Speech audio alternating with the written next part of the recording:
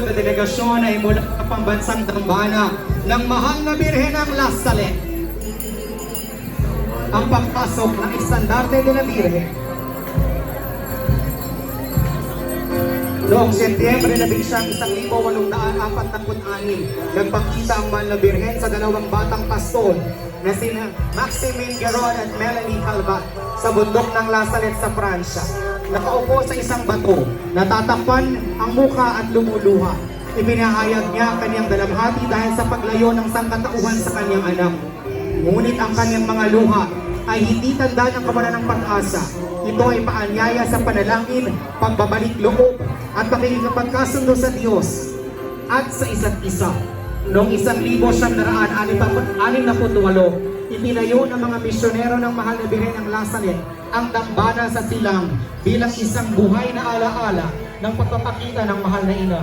Sa paglipas ng mga panahon, ang banal na puok na ito ay naging tahanan ng mga peregrino at ng lahat ng naghahangad ng kapatawaran, kagalingan at panibagong pag-asa.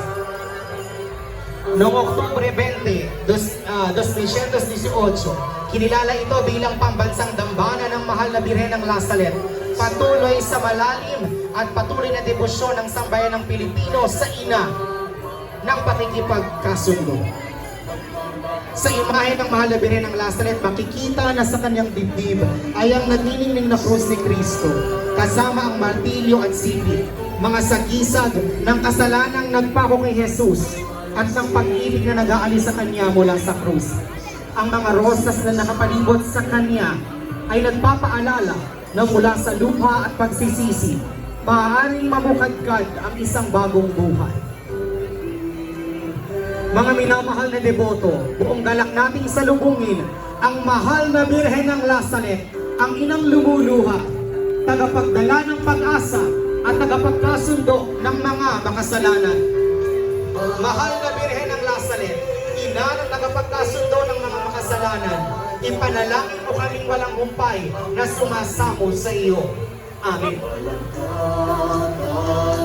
Pasalubungan natin ng ating masigabong palakpakan mula sa pambansang dambana ng Mahal na Birhen ng La Salette ng Silang.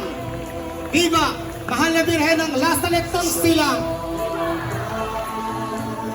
At this time, we would like to extend our special thanks to the Rector and Parish Priest, Reverend Father Eugenia Landaya MS, and ang kasamang pari, Reverend Father John Zeus Aduan, together with the La Salette Seminarians, Novitiates, and La Salette Youth, and the La Salette Altar Servers.